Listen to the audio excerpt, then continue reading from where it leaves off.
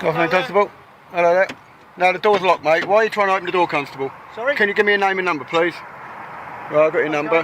Why are you trying to open the door? I hope you don't intend to put that on YouTube. It's nothing to do with whether I do or not. Why? Because I'm lawfully allowed to. This man stopped me for being overweight. You can clearly see I'm not overweight. It's an absolute fallacy. So we can get his bit over and done with, and then everyone will be happy. Okay. Right, fair enough then, Constable. Thank you very much. No problem whatsoever.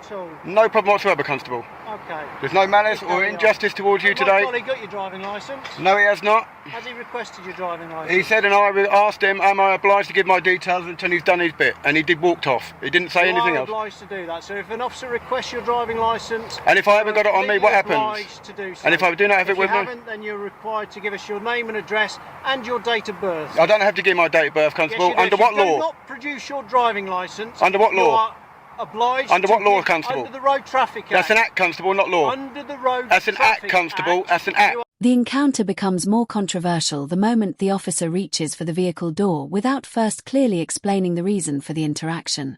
The criticism raised is that officers are generally expected to communicate their grounds and legal authority before taking physical action involving someone's property or personal space, unless there is an immediate safety concern or urgent circumstance. When the officer later refers broadly to the Road Traffic Act, the discussion shifts toward whether a specific legal power actually applied in that situation. As Jay points out, the Road Traffic Act contains many different sections, each with its own conditions and limits. Simply mentioning the Act on its own does not automatically justify every form of police action. That's an act, Constable. It's an act. Address if you cannot produce your driving It's an act, Constable. It's an act, not law. Please distinguish it. No, it's not law of the country, Constable. It's an act made by Parliament. It's not law. If you don't do so... It's not law. If you do not do so... It's not law. Just let me finish. If you do not do so, the officer may arrest you. Under what law? Under what law? He may arrest you. Under what law? I'm just telling you. Under what law, though, Constable? I'm just telling you. Please explain under what law. I'm just telling you what will happen. Front wheels onto the weighing plate. Do not demand I do anything, Constable. There's nothing taking place here. Front wheels onto the weighing plate. Is that a demand or a request? Yeah, I understand that. But why is your constable trying to open my van doors as well? What, for what lawful reason did your another constable trying to open my door? I didn't see that, so I was inside. Well, it's on film, so I've got it on film. I've got his number. Now that I'm here. Where do you want me to stop? Now that I'm here. Yeah, I fully understand. You do what I ask you. I am. I've been compliant. I want to get you on your way. Yeah. I need to see the weighing certificate on the side of your car. Is that all right? You know this van don't do it. I've got the MOT in here somewhere, so I'll give you that. I need to know your weight. I'll give you the MOT. That says it on it. MOT, what are the weights on it? Right, no, constable. I'm not overweight. I need to see your weight. I'm not overweight. I need to know if you've committed an offence or not. And I'm not overweight. I have to keep you here long overweight. enough to make sure you haven't. The changing explanations during the encounter create the impression that the officers were uncertain about the legal basis for their actions.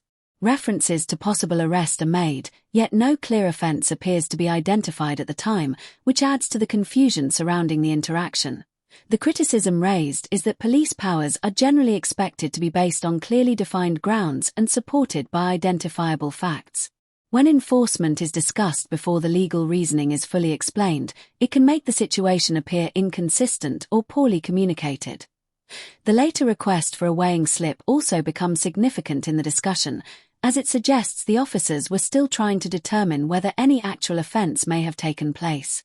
From the auditor's perspective, this gave the impression that the facts were still being established after the possibility of enforcement had already been raised. I've not been over. You can let me see the weight on Yeah, your so door. you can gain access to the vehicle while I'm in here, constable. That's all it's to do with. You can let me open the door. Am I overweight? Without checking your plate, how can I tell? Am I overweight? I need to see your weights on your vehicle to know what you're allowed. I can't make it up. I've got the logbook here. It won't be on your logbook. It will. The van weight's on the logbook. Okay. May I look at that then? The van weight's on the logbook. Right. No, I'm going to have a look first though, constable. A bit unnecessary. No, constable. Why is that? It's unnecessary. You saying I'm overweight when you think I'm overweight. I form an opinion. No. Don't have even to start form that an one now. opinion to do something. No. I thought you were speeding. I have to form that opinion. Revenue weight, gross weight, 3,500 kilograms. But I need to know what your axles are. 3,500 kilograms is what I'm allowed. That's the vehicle. No, constable. I need to know what each individual axle is. It weighs in well, each you best individual go axle. can you go and check up on your database, and please? No, I haven't got access. It's on your van. Can you go and check up on your database, constable? I'll have to keep you here for an indefinite period then until you let me look at your van. Well, that's as may be, constable, but it's on the logbook and it says I'm 3,000. Why are you being so unreasonable? Because you're pulling me for something that hasn't happened, constable. The officer's response about forming an opinion on the vehicle's weight raises concerns about relying on personal judgment instead of verified information. In situations involving vehicle regulations, official documents, manufacturer specifications, and database records are generally expected to play an important role in determining the facts. When Jay suggests checking official records to confirm the vehicle details, the disagreement appears to intensify rather than move toward clarification.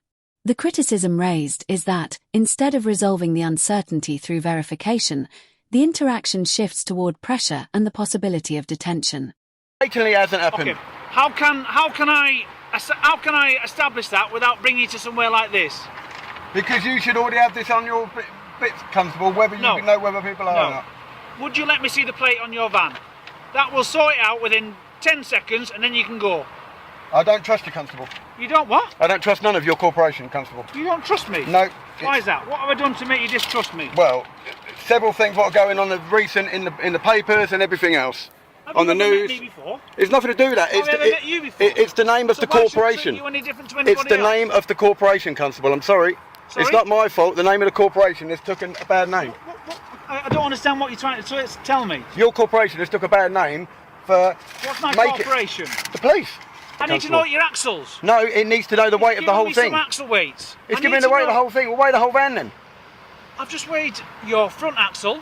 Right. I've weighed your rear axle. Together is your overall weight. Right. But then each axle has a restriction on how much it can carry.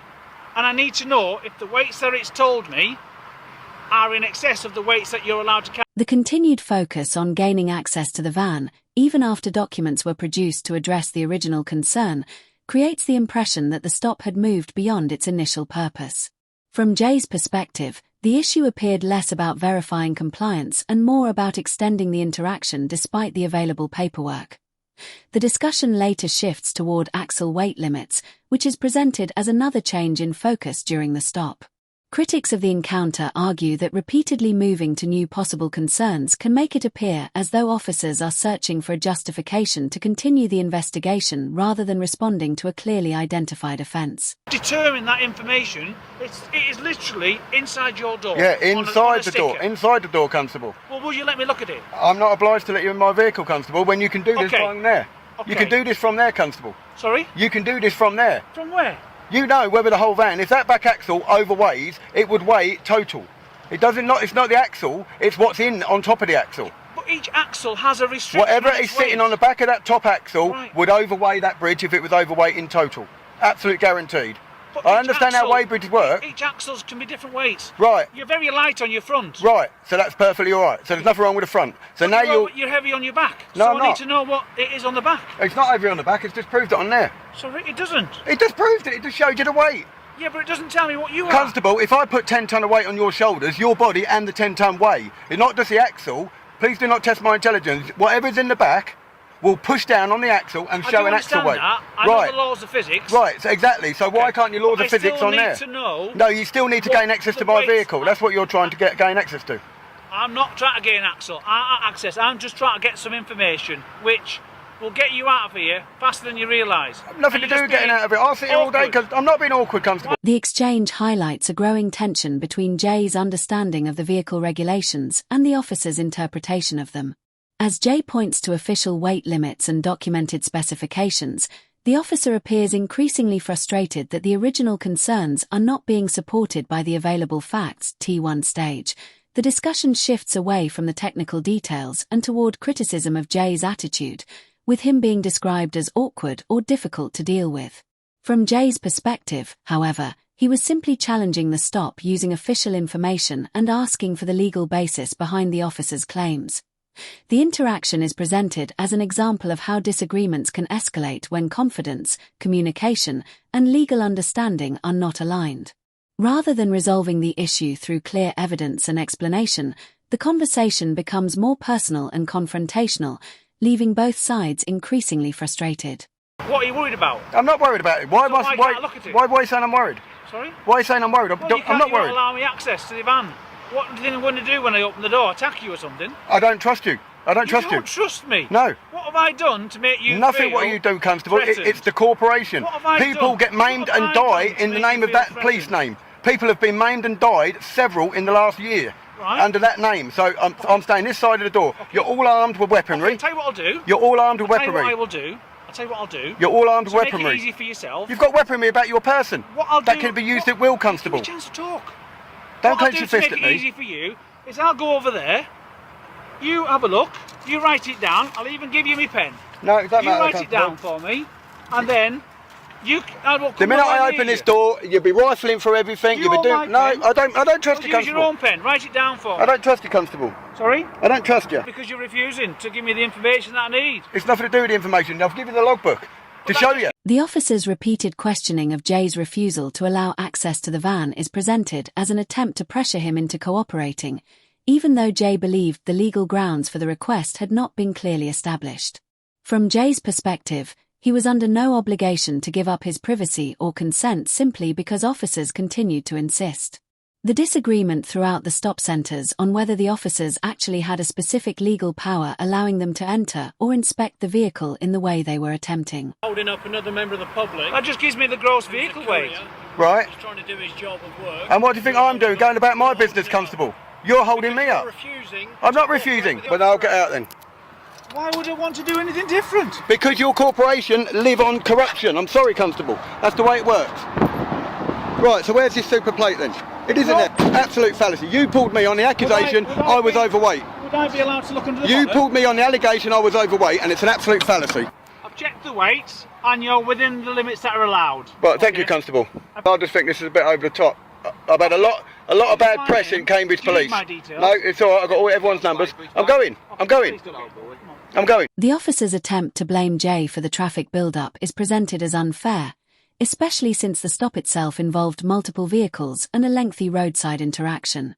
From Jay's perspective, the delay was created by the way the stop was handled rather than by his actions alone. By the time the van doors were eventually opened, the situation appeared to have become more about bringing the encounter to an end than uncovering any new evidence. Jay had already provided vehicle documents and repeatedly directed the officers toward official records that could verify the vehicle's legal weight limits. The overall criticism is that the stop became unnecessarily prolonged because the officers continued pursuing concerns that were not supported by the available evidence.